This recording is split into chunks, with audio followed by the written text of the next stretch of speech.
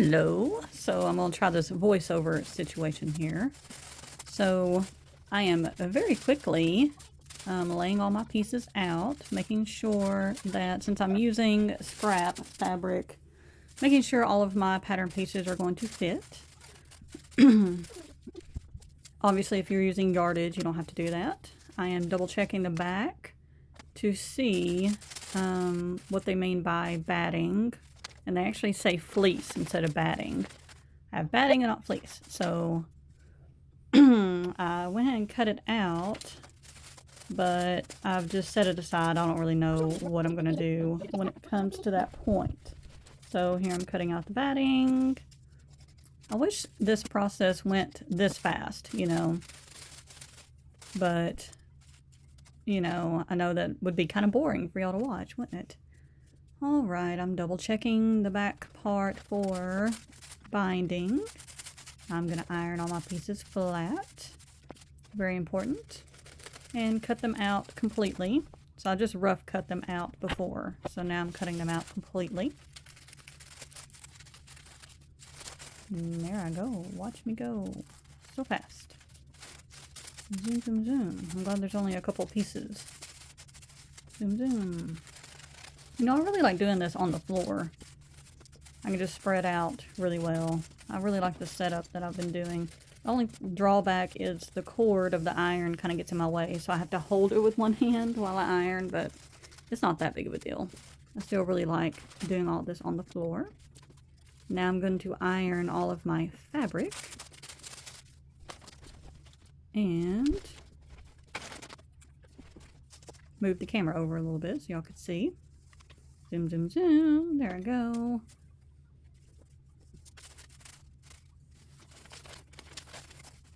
So fast. And I am double checking my layout.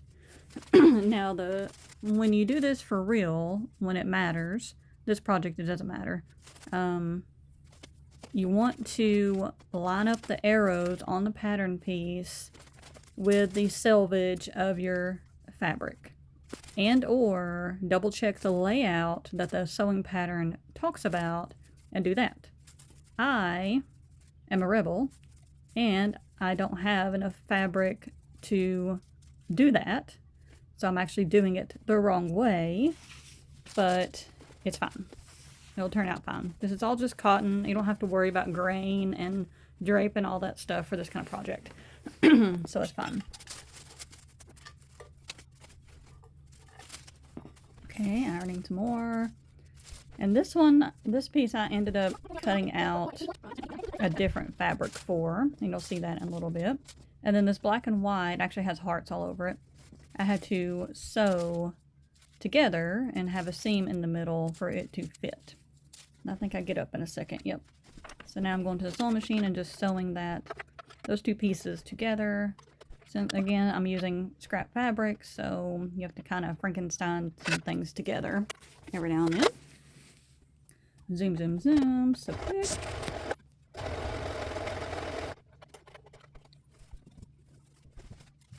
And back down.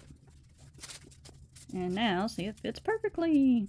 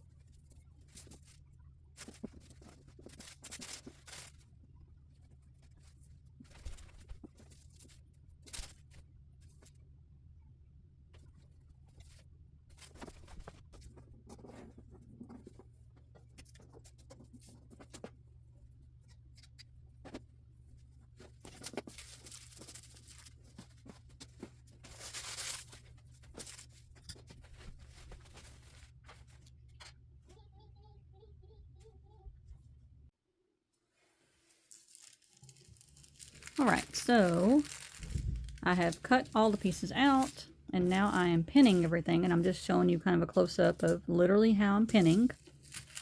And I did that for all the pieces. Just keeps them intact. And, okay, so if I was going to wash this project, I would use that washable marker, but I'm not going to wash it. So I'm actually going to use this erasable friction pen. And there's only a few places that it needs to be marked. If you're really concerned with it, then you really need to be using the chalk, the little chalk blocks there, because they definitely come off. Okay, so here's my little trick of marking both sides. You put the pen in it, and then you lift it up, and you are able to mark both sides. And this pattern has, because it's for beginners, I'm so sorry, my throat's giving out. Because it's for beginners, there's actually the stitch line is on it, and normally they don't have that, so but that's nice. And there's just a few little circles. I always tend to skip this part, and I always regret it. So this is part of the trying to do better and break some lazy bad habits that I have with sewing. And that's part of it, is marking it completely.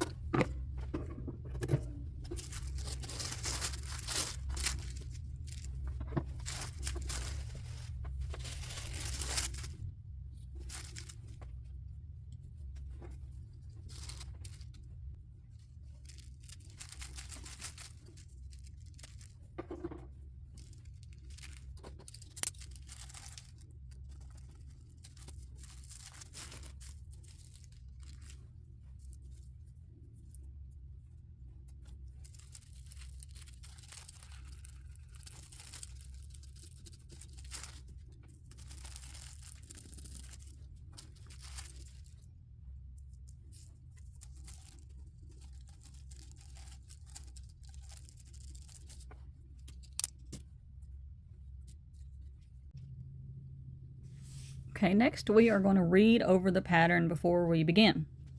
Of course, I always skip this step and I always regret it. So here is our whole setup. Everything is ready. Hello. So today's video is about sewing. We're continuing the sew along. It is the next day. I took a break and then realized I needed to spend some time getting things ready for the consignment sale I have coming up. And so then this happened. Whoops. So I have everything ready to sew. But then chaos ensued. I decided to clean out this closet and let go of a lot of my doll stuff. And it just kind of spiraled. So I need to, showing this to you, even poor Bernie is over here chilling. I need to clean this room up first. I just wanted to kind of show real life, you know, we take breaks and we walk away and do other things, and then it takes a while to get back to it. So just wanted to show a little bit of real life, and I'm going to. All right, number 1 on my instructions says to press under 1 1/4 inches on upper edge of back cover pocket, forming casing, and it gives me a cute little picture here. So I have,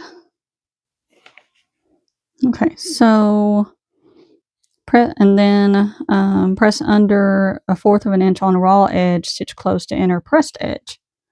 That's all number 1. So I'll show you what that looks like in real life. Okay, this is my back cover pocket. So this is the correct piece. Move my iron over just for a second so I don't burn myself.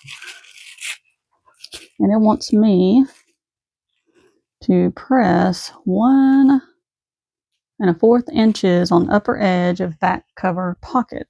Okay, so I'm going to take all the pins out.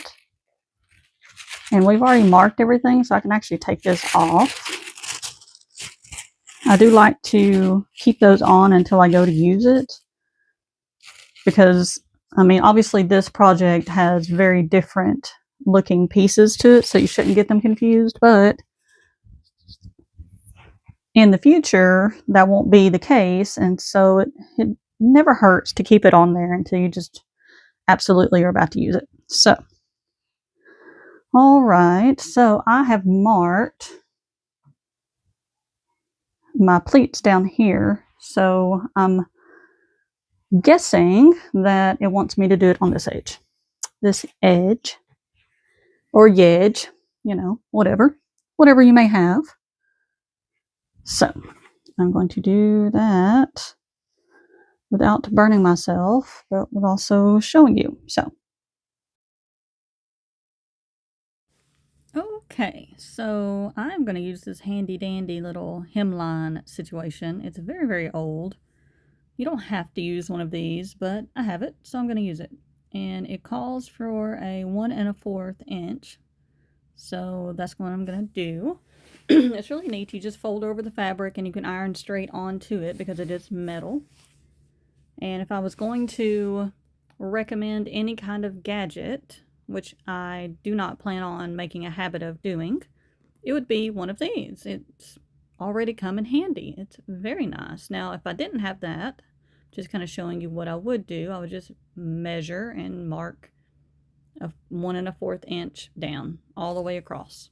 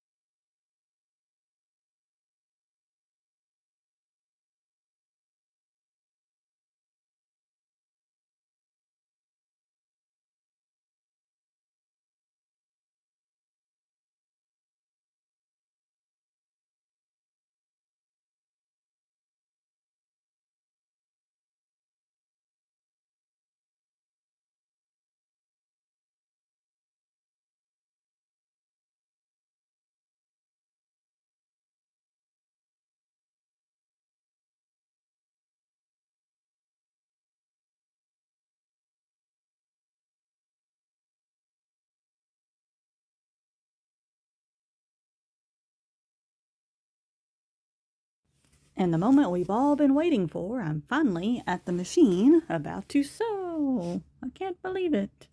Now I'm using the zipper presser foot on this machine because it is narrower, and so I can see what I'm doing. And I am doing my first stitch line.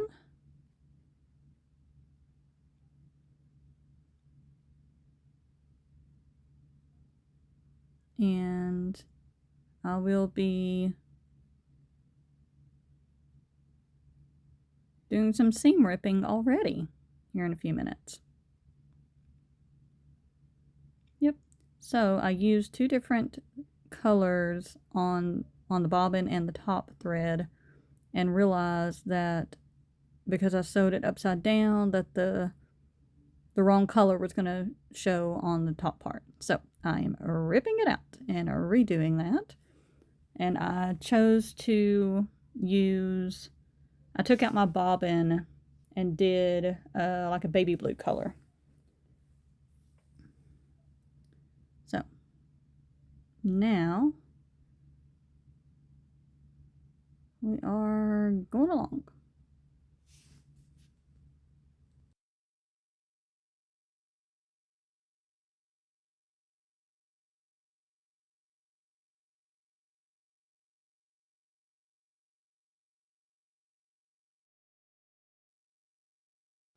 Okay, it is time to do some pleats. So I already marked everything, and the instructions tell me to take the like solid line and move it to the seam line, and then in the middle move it to the dotted line, which in my case is the stitch line in the middle, the seam. So you just pinch it and fold, boop, like that. I kind of crease it with my fingernail, and then you do the same thing with the other side.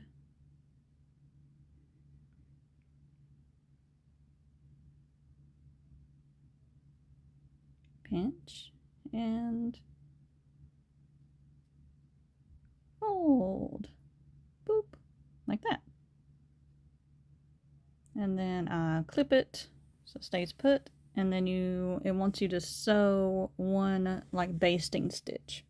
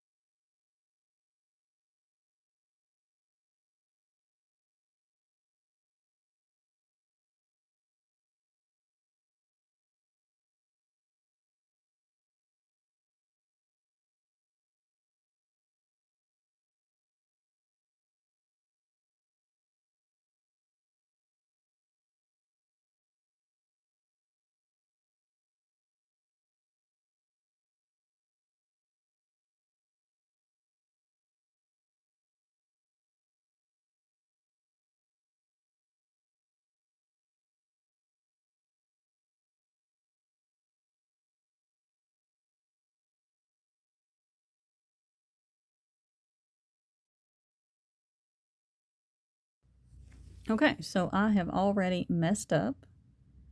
So the instructions say to stitch the casing one way and I did it another way. I'm going to keep it, of course. It's not that big of a deal.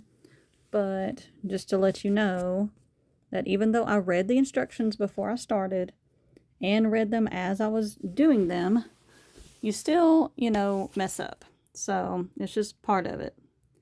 Here I'm showing you. So it wanted me to do the 1/4 inch fold over, sew that, and then fold that over and sew it twice, I guess. But I didn't do that. I did the top and the bottom.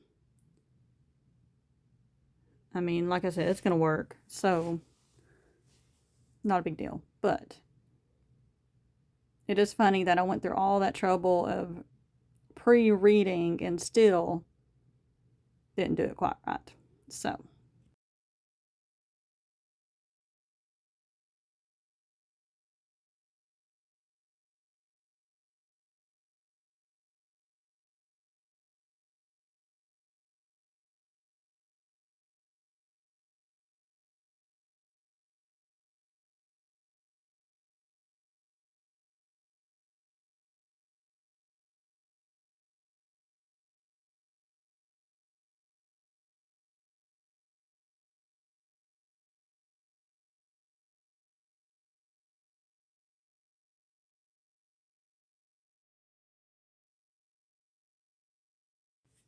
now we're going to do some elastic. So it wanted me to cut 18 inches. So I did that. And it wants me to, it just says put it through the casing. So it doesn't say what method to use. So I'm going to use a safety pin because that's what I've always used. I have everything to do this kind of thing with, but I always go to the safety pin because it's just the easiest. You just pierce the end of it and feed it through. Pretty simple, especially for a project this small and nice and straight casing, a really big casing. It's really simple to do. So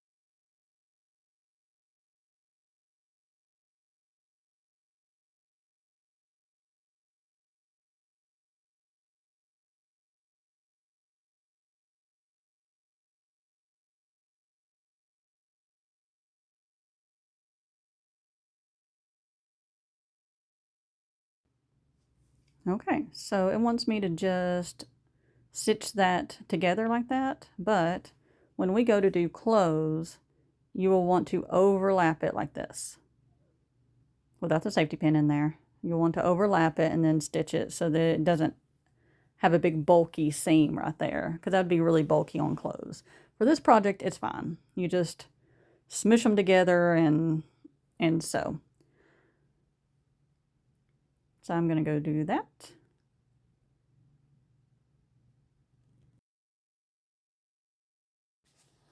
And this is the end of part 1 of this sew along. I wanted to take my time with this part because this pocket has the most construction stuff with it. All the rest of the pieces are very straightforward. So I hope you enjoyed. I will see you next week. Hi, so that is part 1 of the sew along for the chair cover. And in part 1 we learned how to do a casing for elastic, how to do the elastic, and how to do pleats. So I think that's pretty good for our first part. Second part next week will be, we'll just continue on, and it will have, we'll learn to do the double fold bias tape, and there's more elastic in the bottom seat cover. So we'll get more practice doing that. And then it's just pretty standard. So if you want me to go slower, or, you know, I can adapt this however you need me to. So, you know, but the general idea is to start sewing something simple like this to get familiar with the machine, and then build up from that. And so this pattern is showing us how to do elastic and double fold bias tape and pleats. You know, it's got some good techniques in there. So yeah, next week we will continue on. I will probably try to wrap it up with just a 2-parter for a sew along for something like this, but we'll see. And we will just carry on. Now come Monday, I am going to be adding some more sewing content to the channel, not just the sewing school. And it's going to be kind of a vlog style, whatever I'm doing, you know. So, and I think I just sewed up Mr. Bernie here. He is the, so sorry about my voice, I don't know what the deal is. Did that yesterday too. I sewed him up about a week or so ago, and he was really fun, and the instructions were terrible. So I thought it would be interesting to make him a mate and do kind of a tutorial. So I might work on that this weekend. So you'll see something like that on a Monday vlog, and just general sewing stuff. I want to go through all of the, tell me what you want to see first. We'll do it that way. Monday, do you want to see a tutorial on how to make a fabric duck like Mr. Bernie here? Or do you want me to go through all of the more features on a little mechanical sewing machine like this one?